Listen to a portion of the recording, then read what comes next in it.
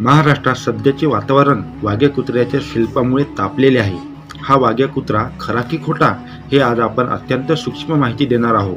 जय शिवराय. मी प्रदीप आणि तुम्ही पाहत आहात हिंदवी स्वराज्य, जिथं आपण चर्चा करतो आपल्या सनातन धर्माची व आपल्या हिंदुत्व इतिहासाची.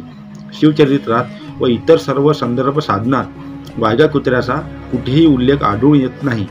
म्हणून एका काल्पनिक कुत्र्याचे शिल्प छत्रपती शिवरायांच्या समाधीसमोर असणे हा एक छत्रपती शिवरायांचा आणि शिवचरित्राचा अपमान आहे. त्यामुळे शासनाने हे वादग्रस्त शिल्प रायगडावरून तात्काळ हटवावे अशी मागणी शिवभक्त गेल्या काही वर्षापासून करत आहे. परंतु वारंवार मागणी करूनही शासनाकडून या शिल्पासंदर्भात कसलाच निर्णय न झाल्यामुळे संभाजी ब्रिगेडच्या कार्यकर्त्यांनी 1 ऑगस्ट 2012 रोजी वाघ्यांचे वादग्रस्त शिल्प हटविले. काही सामाजिक संघटनांनी या कुत्र्याला आपल्या अस्मितेचा प्रतीक म्हणून संभाजी ब्रिगेडच्या विरोधात अपप्रचार केला. या समाजातील दबावाला बळी पडत शासनाने तात्काळ ते शिल्प पुनर्स्थापित केले. परंतु या वादात शिवरायांचा अपमानाचा आणि वाघ्याचा इतिहास असण्याचा प्रश्न बाजूला पडला. पण मूळ प्रश्न आहे तो वाघ्या शिवचरित्रात असल्याचा. समकालीन संदर्भात साधनात कसलाही उल्लेख नसणाऱ्या वाघ्याचं शिल्प केवळ दंतकथेवर आधारित आहे. शिवकाळानंतर ज्यांनी ज्यांनी रायगडाचा या ना त्या प्रकारे अभ्यास केला त्यांच्याही साहित्यात या कुत्र्याचा कसलाही उल्लेख मिळत नाही.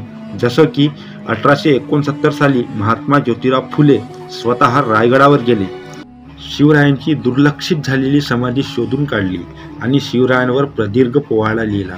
पण यात कुठेही वाघ्या डोकावला नाही. सन 1881 ते 82 मध्ये जेम्स डग्लस हा इंग्रज अधिकारीही रायगडावर गेला. या अधिकाऱ्यानेही त्याच्या बुक ऑफ बॉम्बे या पुस्तकात रायगड आणि शिवसमाधीचे नकाशातही तपशीलवार वर्णन केले आहे. पण त्यानेही वाघ्याचा कुठेही उल्लेख केला नाही.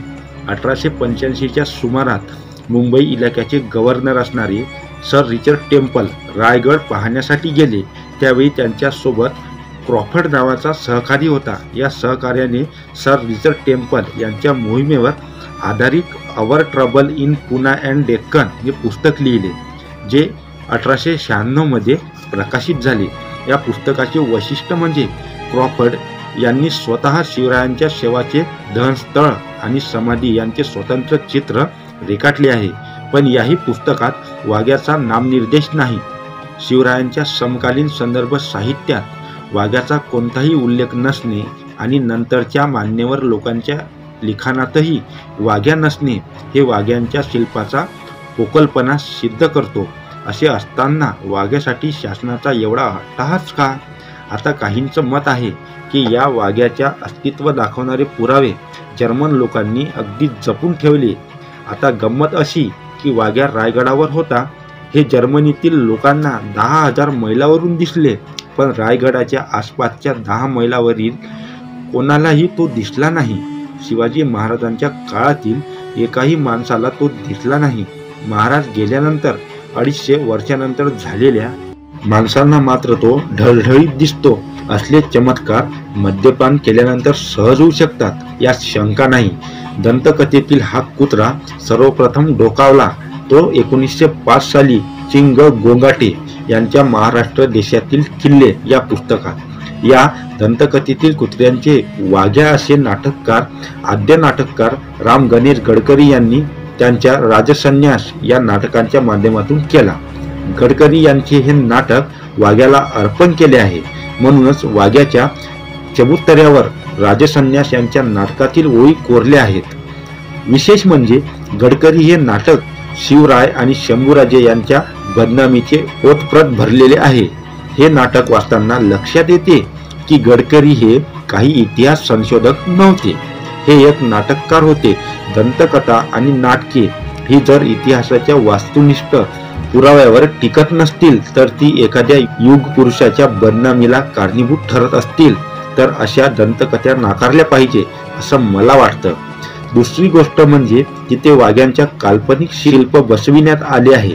त्याखाली चौथरा हा शिवरायांच्या महाराणी सईबाई असण्याची शक्यता काही इतिहासकारांनी वर्तवली आहे आणि या संदर्भात इतिहासकारांचे एक मत आहे आणि तो वाघ्याचा पुतळा शिवरायांच्या समाधीपेक्षा उंच आहे, म्हणजे जे आमच्या जखमावर मीठ चोळण्याचं काम झालेलं आहे.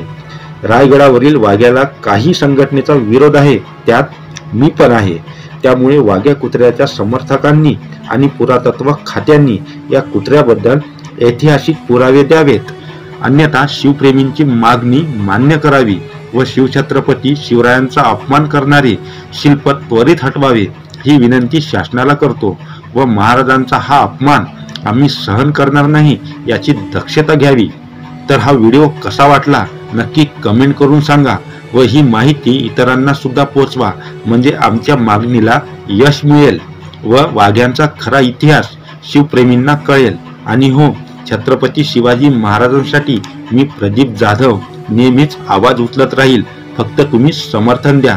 तोपर्यंत सर्वांना जय शिवराय, जय शंभूराजे, जय सनातन.